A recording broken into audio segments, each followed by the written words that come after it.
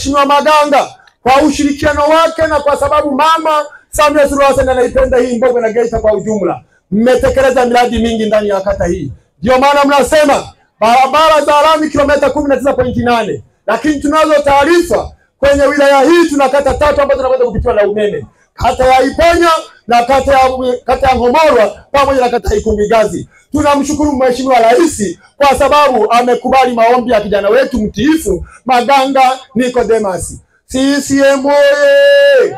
Lakini pia kwenye kata hii kuna miradi ya maji ambayo wewe diwani umekiri kupitia mbunge wako na Rais Samia wameleta haya maji. Lakini pia umekiri ujenzi wa zahanati pamoja na mabarabara ya changarawe. Mheshimiwa Rais tunamshukuru sana kule aliko, lakini pia tunazidi kuomba Mheshimiwa mbunge aendelee kututetea na kutusemea. Mheshimiwa mbunge, sisi hatuna mengi ya kusema.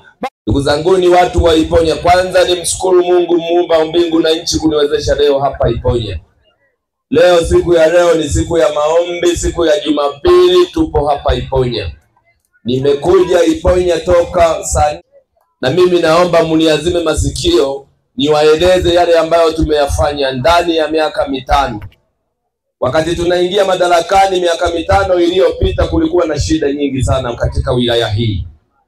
Nikisema kuna shida kweli, matatizo yalikuwepo, mengine ni ya kifirigisu, tulikuwa tunayamaliza hapa katikati. Mheshimiwa diwani ni mashahidi na mimi nimesimama kama mbunge wenu, kama kamanda wenu.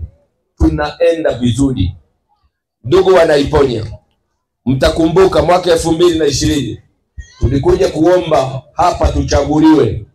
Mimi pamoja na aliyekuwa rais wa awamu ya 5 nilikuja na mabango yake.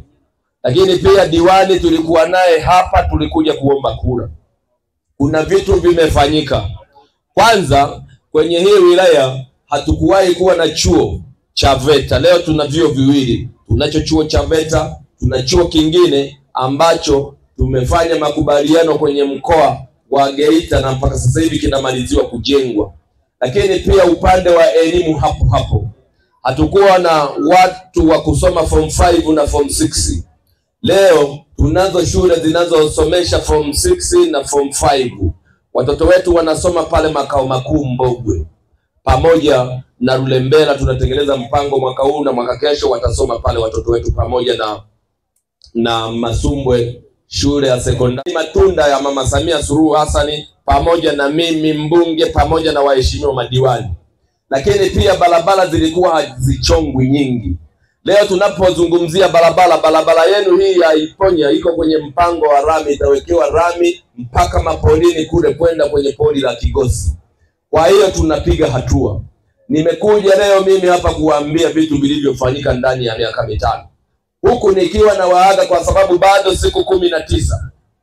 Taifa la Tanzania tarehe 27 Mama Samia Suluhu Hassan atahutubia bunge pamoja na taifa kwa ujumla kwa maana ya kuvunja serikali ili tukafanye uchaguzi kuanzia tarehe 28 na kuendelea mpaka mwezi wa 11. Nyinyi wauza mkaa, sawa? Moja nilijibu, natakiwa ukakata kibali ili uwe unauza mkaa wako kwa kufuata sheria zilizopo kwenye nchi yako. Msibebe mkaa tu kwamba mko na liwasi CCM, mko na kile. Sheria haina cha chama wala dini. Ukikamatwa na mkaa ina maana huna kibali. Iko yako wako. Sisi tulia leo sasa.